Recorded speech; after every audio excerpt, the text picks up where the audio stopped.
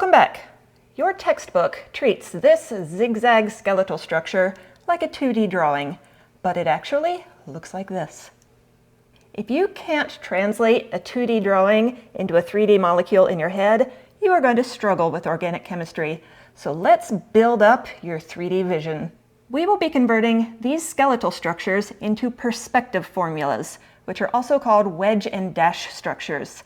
Now, I have graded thousands of organic chemistry exams in my life, so I am also going to be telling you exactly where most people miss points, so stick around to the end so that you don't miss that part. Now, skeletal structures are really bare bones.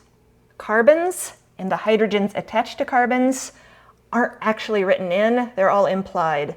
So a carbon exists at the beginning, end, and angle change of each of these lines, unless there's another elemental symbol written, like these bromines.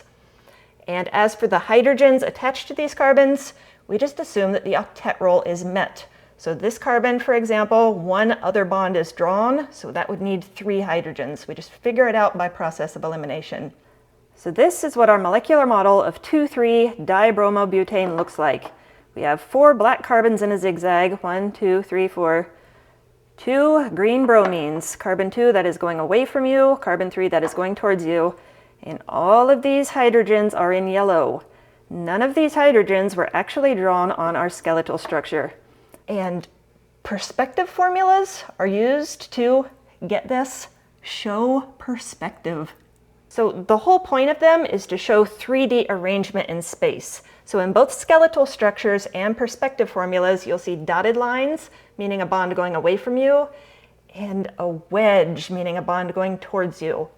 But the very first step in converting a skeletal structure to a perspective formula is to draw out that carbon backbone. So here we have 4 carbons in a zigzag, 1, 2, 3, 4. And we need to draw that, but actually writing C for carbon. And go ahead and add the other elements that are drawn and retain the dashes and dotted lines. And at this point, what we need to do is add in the hydrogens. Now, I told you that the point of perspective formulas is to see 3D arrangement. So this carbon has 1 bond drawn. That means it has 3 other hydrogens. We don't really care about the 3D arrangement. We care about the 3D arrangements in what we call chiral centers, where a carbon has 4 different groups attached to it. So this carbon currently has 1, 2, 3 bonds. We need to add a 4th bond.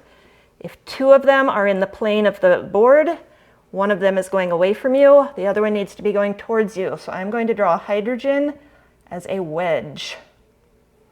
And this carbon, just like this one, we see 3 bonds. 2 are in the plane of the board, there's a wedge going towards you. Our 4th one needs to be going away from you, so dotted line for a hydrogen. This carbon is a lot like over here, it needs 3 hydrogens. And that brings us to the first place where a lot of students miss points. They flip the RS configuration. What I mean by that is if bromine and hydrogen are flipped, like if the bond directions change, that would not be the same molecule.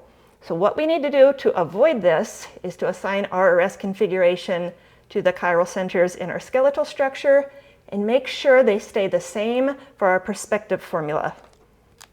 So I am going to draw in our hydrogens on our chiral centers that were implicit hydrogens. Why? Because I think that's easier to assign R and S configuration. Now for this chiral center, let's prioritize the 4 groups. First is bromine, second would be the carbon attached to bromine, third would be the carbon attached to hydrogens, then 4th would be the hydrogen. So hydrogen is going towards you. 1, 2, and 3 are clockwise. When hydrogen is going towards you, that makes this S. So this needs to also be S. We can see that all the stereochemistry here has been retained. Bromine is going away. Carbon attached to bromine is here. Carbon attached to hydrogen is here. This hydrogen is going towards you. It is the same situation. Hydrogen is going towards you. 1, 2, and 3 are clockwise. That makes this S. But we need to go through the same thing for this next hydrogen. Doing this carbon in yellow. First priority is bromine, then carbon attached to bromine, carbon attached to hydrogen, then hydrogen. This time the hydrogen is going away from you. 1, 2, and 3 are clockwise. That makes this R. That means this also needs to be R. Prioritizing the 4 groups here. 1 is bromine, 2 is carbon attached to bromine, 3 is carbon attached to hydrogens, 4 is hydrogen. Hydrogen is going away. 1, 2, and 3 are clockwise. That means this is also R. So our check works. This is S, this is R, this is S, this is R. The reason I've included this second example is because it includes a triple bond, and this is another place where people tend to miss points. So let's look at this molecular model. What I want you to pay attention to is this triple bond between carbons 2 and 3. I can wiggle it a little bit, but it really wants to have this 180-degree bond angle for both carbons 2 and 3.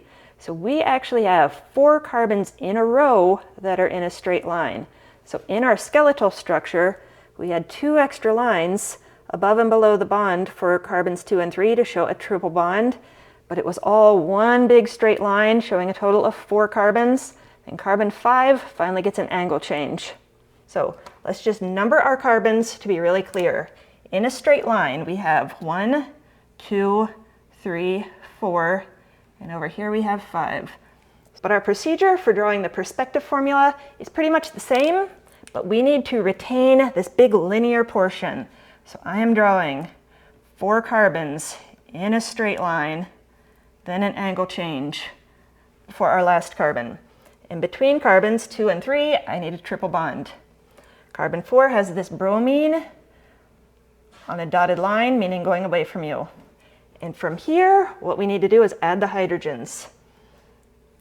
All of these carbons need to have a total of 4 bonds. So this carbon has 1, it needs 3 hydrogens.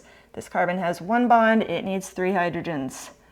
This carbon already has 4 bonds, 1, 2, 3, 4, no hydrogens. Same here, 1, 2, 3, 4. This carbon, right now we only have 3 bonds drawn. Carbon, carbon, bromine. We need a 4th bond, and that's going to be another hydrogen. 2 bonds in the plane of the board, 1 going away from you. Our hydrogen needs to be going towards you.